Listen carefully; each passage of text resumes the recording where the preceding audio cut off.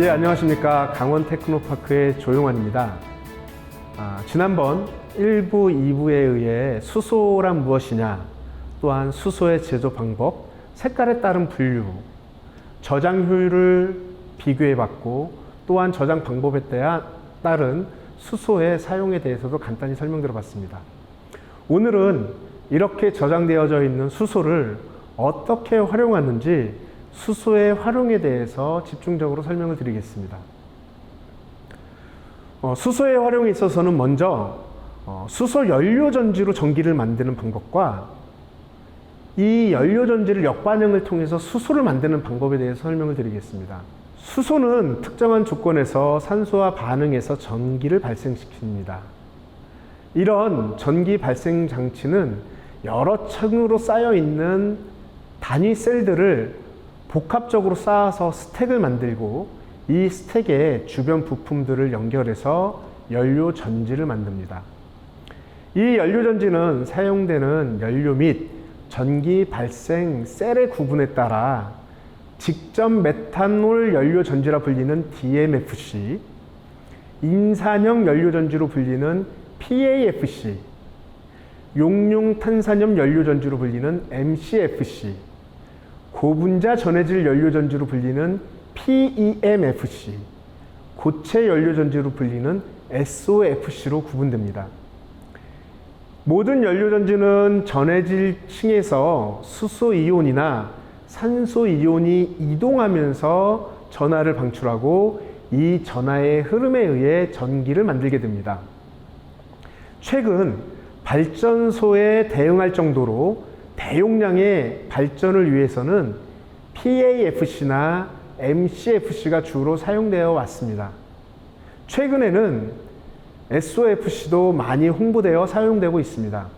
또한 넥소를 기반으로 하고 있는 모빌리티용 연료전지는 PEMFC와 일부 소형 모빌리티의 DMFC가 사용되고 있습니다.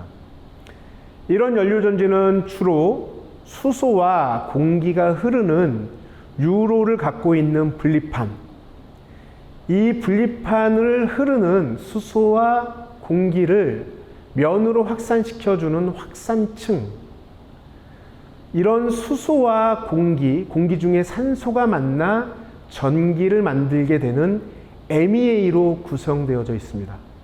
이렇게 분리판, 확산층, MEA로 만들어져 있는 부품의 단위 집합체를 우리는 셀이라고 부릅니다. 이 셀을 수직으로 수십 층 이상 겹쳐져 있으면 이 셀의 집합체를 스택이라 부르고, 이 단위 집합체인 스택에 수소를 공급하는 장치나 공기를 공급하는 장치, 열이 났을 때 열을 식혀주는 냉각 장치, 연료전지는 직류전원이 나오기 때문에 이런 것들을 교류로 변환시켜주는 전력 변환기, 이런 주변 부품을 BOP라고 합니다. 이런 스택과 BOP의 결합체를 우리는 통칭하여 연료전지라고 부릅니다. 그래서 연료전지의 개발에 있어서는 말씀드린 스택의 부품과 소재 기술로부터 BOP 개발까지는 시스템 설계까지 모든 기술의 집합체로 개발되어지고 있습니다. 이런 연료 전지는 주로 전기를 만들고 부산물로 물을 얻어지게 되어 있습니다.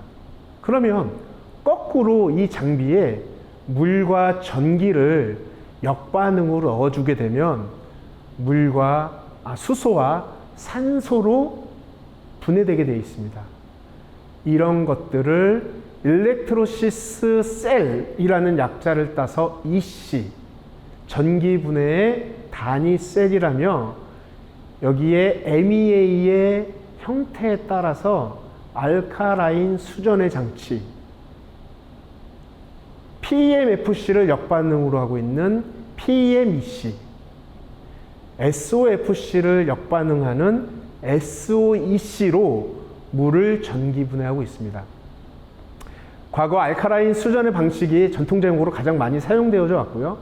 PEMEC와 SOEC도 많이 개발되고 있는 상황입니다. 그러면 발전용 연료전지가 아니라 모빌리티용 연료전지로 하면 가장 많이 활용되고 있는 것이 자동차입니다. 그럼 상식적으로 우리가 전기 자동차와 수소 자동차에 구분하는 방법에 대해서 간단히 설명드리겠습니다.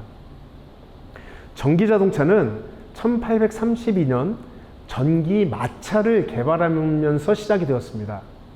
그러다가 1996년에 GM에서 전기 자동차인 EV1을 상업화함으로써 2008년 테슬라의 전기 자동차 출시를 시작으로 자동차 산업의 한 축으로 성장하고 있습니다. 이에 비해 수소 전기 자동차 역시 1960년대 미국 GM에서 수소 연료전지를 이용한 밴을 만들기 시작해서 본격적인 상업용 자동차는 2000년에 현대자동차에서 산타페 모델을 연료전지를 넣어서 수소 자동차 모델로 개발을 시작하였습니다. 이렇게 만들어진 수소 연료전지 자동차는 2013년 투싼 iX 모델을 양산함으로써 세계 최초로 현대자동차가 양산용 수소 차량을 출시하게 되었습니다. 하지만 이때만 해도 수소 자동차에 비해 수소 충전소의 인프라가 매우 부족하였기 때문에 대중화될 수는 없었습니다. 이런 수소 자동차는 2018년 평창 동계올림픽에 넥소와 수소 버스가 실증 운영을 통해 본격적인 상업성을 띠는 수소 전기 자동차 보급이 가능하게 되었습니다. 그러면 전기 자동차와 수소 자동차의 차이가 무엇이냐? 같은 점은 둘 다 전기 자동차라는 것입니다. 엔진이 없고 모터를 전기 에너지로 구동시켜 움직이는 것입니다. 다른 점은 전기를 어떻게 보관하느냐입니다. 전기 자동차는 주로 대용량 배터리를 이용해서 전기를 충전하였다가 자동차가 움직일 때 충전된 전기를 뽑아서 차량을 운행시키고 있습니다. 이에 비해 수소 자동차는 연료전지라는 발전 시스템을 차량에 장입하고 있습니다. 그래서 이 발전기를 돌리려면 연료가 필요하고 그 연료를 수소 탱크 안에 보관합니다. 즉 전기 자동차는 배터리와 모터만으로 차량을 가동시킬 수 있지만 수소 자동차는 수소 탱크에서 수소를 연료전지로 보내고 이 연료전지가 전기를 만들어 모터를 구동하는 방식으로 되어져 있습니다. 전기 자동차는 비교적 단순한 구조로 되어져 있고 전기의 보급도 어렵지 않아서 전기 자동차는 배터리 기반으로 자동차가 현재 많이 보급되어 있습니다. 하지만 전기 자동차의 한계는 배터리입니다. 배터리를 충전할 때 들어가는 시간적 제약이 있고 배터리를 무한정 차량에 실을 수 없기 때문에 배터리 무게에 따른 차량의 대형화에 어려움이 있습니다. 따라서 전기 자동차는 동일한 배터리 부피에 더 많은 전기 에너지를 저장하려는 배터리 저장 기술 기반으로 대형화의 기술의 개발이 집중되고 있습니다. 이에 비해 수소 전기 자동차는 고압의 수소를 공급하는 수소 충전소 인프라에 문제가 있습니다.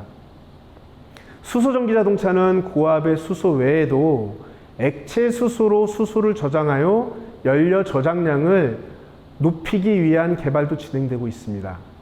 그래서 현재 세계적인 추세를 보면 승용차나 주행거리가 짧은 버스 기반의 차량은 전기 자동차로, 트럭이나 원거리 운행용 버스와 같은 대형 상용차는 수소 전기 자동차로 개발이 진행되고 있습니다.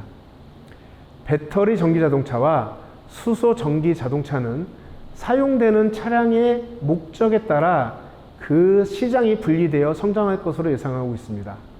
최근에는 수소 연료전지 외에 수소를 직접 연소시켜 움직이는 수소 내연 기관도 대부분의 자동차 회사에서 개발을 진행하고 있습니다. 이런 자동차가 전기 자동차나 수소 자동차로 변환되는 것은 자동차 산업에는 큰 위험 요소가 됩니다. 일본 자동차 부품 공업협회 발표 자료에 따르면 내연기관 자동차 한 대를 만드는 데는 3만 개 이상의 부품이 사용되고 있습니다. 이에 비해 전기차는 19,000개, 수소차는 약 24,000개, 최근에는 전기차는 7,000개까지 부품을 줄이려고 하고 있습니다. 이렇게 되면 많은 부품을 사용하는 자동차의 산업 생태계가 크게 위협받기 때문에 수소 내연기관의 개발은 현재 구성되어져 있는 자동차 생태계를 그대로 유지할 수 있는 산업 생태계 유지하는 방법으로 각 자동차 회사마다 수소 내연기관을 최근에 많이 개발하고 있는 실정입니다. 수소는 이렇게 자동차뿐만 아니라 다른 기타 모빌리티에도 활용할 수 있습니다. 최근 친환경 자동차 보급과 더불어 이산화탄소 배출 규제에 의해서 전기 자동차와 수소 자동차가 많이 보급되고 있듯이 수소를 이용한 모빌리티도 다변화되고 있습니다. 미래형 이동수단으로 각광받고 있는 개인용 비행체로 불리는 PAV. 이런 PAV의 비행 인프라, 서비스, 유지보수 산업을 총괄하여 포함한 도시 항공 모빌리티로 불리는 UAM 산업이 수소를 기반으로 크게 개발되고 있는 산업들입니다. UAM 산업은 전 세계 대형 항공 산업체는 모두 기업의 사활을 걸고 개발하고 있으며 국내에서도 대한항공, 현대자동차 등이 수소 연료전지와 배터리를 기반으로 개발에 박차를 가하고 있습니다. 또한 해양 선박에도 국제해사기구인 IMO에서 내년부터 선박의 연비 등급제를 시행하여 선박의 이산화탄소 배출량이 일정 기준치를 넘어가면 시장에서 퇴출하기로 결정하였습니다. 이 IMO는 2008년 기준 대비 2050년까지 이산화탄소 배출 기준을 50%까지 낮추기로 결정하였고, 이에 선박 제조사들은 암모니아나 수소 에너지를 이용한 선박 추진 기술을 열심히 개발하고 있습니다. 선박은 출력이 매우 큰 동력이 필요하므로 대형 연료전지나 수소 및 암모니아를 이용한 내연기관의 연료로 사용하기 위해 개발을 진행하고 있습니다. 이런 선박에는 대형 연료 보관 및 공급 시설이 필요하게 되므로 수소의 경우는 액화수소나 암모니아로 저장하여 기화하여 활용하려고 준비하고 있으며, 암모니아는 크래킹을 통해 수소를 공급할 계획을 갖고 있습니다. 최근 작년부터 중소기업 벤처 산업부를 통해서 규제자유 특구 사업을 울산에서 진행하고 있는데 350기압짜리 수소 저장 탱크를 이용해서 수소 연료 전지용 선박이 실증을 하고 있습니다. 강원도도 작년부터 600리터급 액화수소 탱크를 이용한 액화수소 기화 방식의 어선에 활용할 수 있는 소형 수소 연료전지 선박에 대한 실증을 준비하고 있습니다. 열차에도 수소가 활용되고 있습니다. 우리나라의 고속열차인 KTX의 기술을 이전한 프랑스의 알스툼사는 독일의 고압 기체 수소 기반의 수소 연료전지 열차를 개발하여 상업 운전하고 있습니다. 이 수소 연료전지 열차는 일반적인 전철이 갖고 있는 전기 공급 장치를 외부에서 공급받지 않고 열차 내에 수소 연료전지 발전기를 통해서 운행하는 열차입니다. 우리나라 전철에서 쉽게 볼 수 있는 열차의 전깃줄이 없이 레일만을 갖고 움직일 수 있는 시스템입니다. 현재까지 국내에 사용되는 무궁화호의 경우 열차 기관체 내에 디젤 발전기를 이용해서 전기를 발생시키고 열차를 구동하는 시스템이어서 내연기관의 소음과 대량의 이산화탄소 배출이 환경적 문제가 되고 있습니다. 이런 내연 발전기관을 수소 연료전지로 전환함으로써 이산화탄소와 소음 문제를 한 번에 해결할 수 있습니다. 우리나라도 현재 현대 로템이 고압기체 수소를 이용한 열차의 일종인 트램을 개발하여서 울산에서 실증을 준비하고 있으며 액화수소를 이용한 열차의 실증도 준비하고 있습니다. 또한 울산과 강원도, 충남에서는 수소 규제자의 특구 사업을 통해 산업용 지게차, 산업용 무인 운반 차량, 액화수소 선박, 액화수소 드론 등 여러 모빌리티에 수소를 활용하는 실증 사업을 수행 중이며 이 결과에 따라 안전한 관리 기준을 마련하여 전국에서 여러 형태의 수소 모빌리티가 활용될 수 있는 기준을 수립하고 있는 상황이 있습니다. 이러면 이렇게 여러 가지 수소 모빌리티나 수소를 활용함에 있어서 어떤 안전 방침이 있는지 설명드릴 수 있도록 하겠습니다. 우리나라는 수소 활용에 있어 전 세계에서 유일하게 수소법을 제정하여서 국가적 지원과 수소 산업에 대한 육성을 재정지원법을 법제화하였습니다. 이외에도 수소의 안전한 사용을 위해 고압가스 안전관리법에 별표 기준을 두어서 수소의 안전한 활용에 기준을 수립하여 이 기준대로 시설을 설치하거나 안전한 운전을 강화하고 있습니다. 우리나라는 수소에 대해서 가스안전공사의 별도 시설 및 안전관리 기준에 따라 시설을 설치하게 하며 이 시설의 설치 및 안전관리 기준은 수많은 부품 단위의 등록된 인증품만을 사용하게 강제하고 있고 혹시 발생할 수 있는 사고에 대비한 폭발 반경까지 고려하여 시설을 배치하는 기준을 마련하고 있습니다. 새로운 시설에 대해서는 기본적으로 위험성 평가를 2중, 3중으로 평가하여서 시설에 대한 배치 기준을 마련하고 있으며 안전관리 기준을 들어 설치하게 되어져 있습니다. 우리나라는 2019년 5월에 강릉에서 실증용 실험시설에서 약 100kg의 수소가 40톤짜리 금속 탱크 3개 내에서 탱크 내 폭발이 발생하여 2명의 사망자를 포함한 5명의 인명사고와 400억대의 재산 손실이 발생하였습니다. 사고가 발생한 시설은 상업시설이 아닌 개발장치에 대한 현장 실증시설로 시설 설치 시 산소 제거 필터를 의무 사용해야 함에도 비용의 문제로 고의적으로 설계 및 시공에 누락시켜 사고가 발생하였습니다. 그 사고 이후 연구개발시설에도 고압의 수소가 사용되어야만 하는 가스안전공사의 시설안전관리 감독을 시설 명령을 하게 되었습니다. 이런 수소는 우리가 일상생활에서 가장 밀접하게 볼 수 있는 시설이 수소 충전소입니다. 현재 113개의 수소 충전소가 운행 중이고 넥소 차량은 약 23,000대 정도의 차량이 보급되어 있고 서울, 창원, 부산에는 수소버스도 운행 중에 있습니다. 이런 수소 충전소의 경우 가스안전공사는 설치 기준을 코드화하여 수소 충전소를 안전기준에 맞춰 설치하고 있습니다.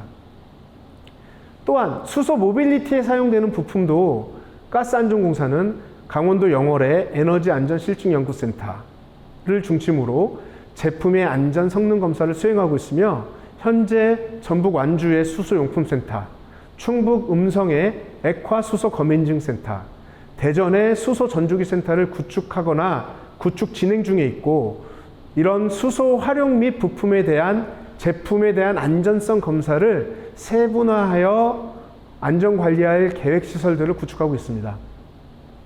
또한 수소 제품에 대한 수명과 고장을 검사할 수소 신뢰성 센터도 정부에서는 구축을 검토하고 있으며 인천에서는 블루수소, 전북 새만금을 중심으로 그린수소 산업 육성과 강원은 액화수소 중심의 수소 저장 운송 클러스터, 울산은 수소 모빌리티, 경북은 포항 중심으로 수소 연료전지 클러스터 조성을 위해 각각 3천억 규모의 예비 타당성 사업을 현재 검토받고 있습니다. 우리나라의 수소 산업은 정부와 산업계, 연구원 등 민관학연이 일심 단결하여 수소 산업을 전 세계에 초격차를 갖는 산업 육성을 위해 지금도 맡은 바 자리에서 최선을 다해 개발하고 생산하고 있습니다. 조만간 수소를 보기 위해서는 한국으로 와야 되고 한국이 전 세계 수소 산업을 리딩할 수 있는 날이 조만간에 올 것이라고 예상됩니다. 지금까지 세 차례에 거쳐서 수소에 관련되어져 있는 개론과 제조 방법, 저장 방법, 활용에 대해서, 안전에 대해서 간단한 설명을 들었습니다. 본 설명을 듣고 수소라는 것이 지극히 위험하지도 않으며 우리 미래와 뗄래야 뗄 수 없는 기본 기술이라는 것을 여러분께서 좀 인지하시고 수소가 우리 주민들에게 친근하게 접근할 수 있는 산업 영역이 되었으면 좋겠습니다. 감사합니다. 이상으로 발표를 마치겠습니다.